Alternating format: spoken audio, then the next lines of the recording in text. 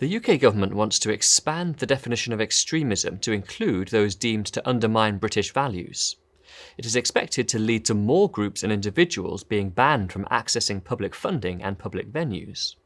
Senior Whitehall sources called the proposals legally fraught, warning that they will provoke tensions with groups that campaign against gender ideology, same-sex marriage, and abortion.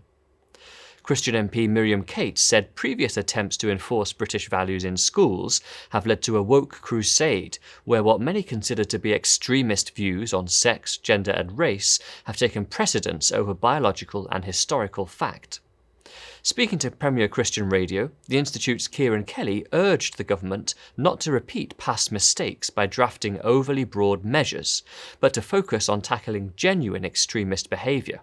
If there is groups, perhaps like the Christian Institute, but other groups as well, or individuals whose views on things like abortion or biological sex and what have you are deemed to be inappropriate, hateful, intolerant, then those views get excluded from public discourse. They get excluded from having an influence on government. And so you sort of expand the echo chamber that exists of people just with one kind of view. And we've seen this happen before. And that's just a really important point. We saw it with Ofsted using kind of British values, this terminology to target Jewish schools who, and say, if you don't teach same-sex marriage, you'll be closed down. Looking at Christian schools where people being questioned about, children were being questioned about whether they were trapped in the wrong body. So vague wording, broad drafting leads to unintended consequences. That's what we need to be mindful of.